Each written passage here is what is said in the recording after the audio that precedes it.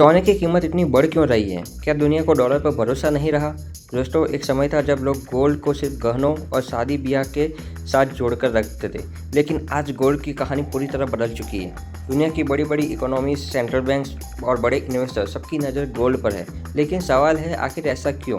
क्या दुनिया को आने वाले समय में किसी बड़े फाइनेंशियल क्राइसिस का डर है, या फिर गोल्ड धीरे धीरे डॉलर की ताकत को चुनौती देने की तैयारी कर रहा है? सबसे पहले बात करते हैं सेंट्रल बैंक की। दुनिया के कई सेंट्रल बैंक पिछले वर्षों में अपने गोल्ड रिजर्व बढ़ाने पर ध्यान दे रही है। इसका एक बड़ा कारण है अपने फॉरेन रिजर्व में डाइवर्सिफिकेशन करना, क्योंकि किसी भी देश के पास जितना ज़्यादा डॉलर एक्सपोजर होता है, उतना ही वह ग्लोबल करेंसी सिस्टम पर निर्भर रहता है।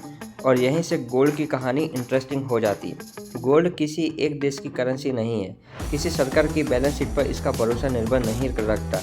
इसी वजह से जब जियोपॉलिटिकल टेंशन बढ़ती है, इन्फ्लेशन का डर होता है या ग्लोबल इकोनॉमी में अनसर्टेनिटी आती है, तो इन्वेस्टर गोल्ड को रिलेटिवली सेफर एसेट के रूप में देखते हैं।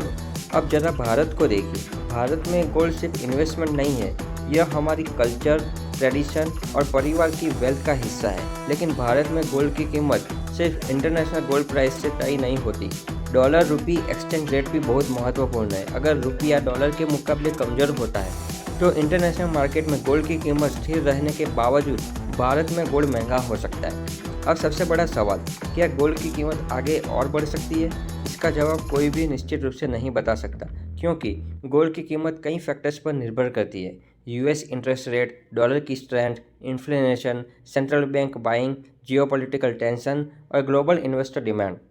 अगर इंटरेस्ट रेट कम होते हैं और इकोनॉमी अनसर्टेनिटी बढ़ती है, तो गोल्ड को सपोर्ट मिल सकता है। लेकिन अगर डॉलर मजबूत होता है, इंटरेस्ट रेट लंबे समय तक ऊंचे रहते हैं और इन्वेस्टर रिस्की एसेट की तरफ वापस आते हैं, तो गोल्ड पर प्रेशर भी आ सकता है।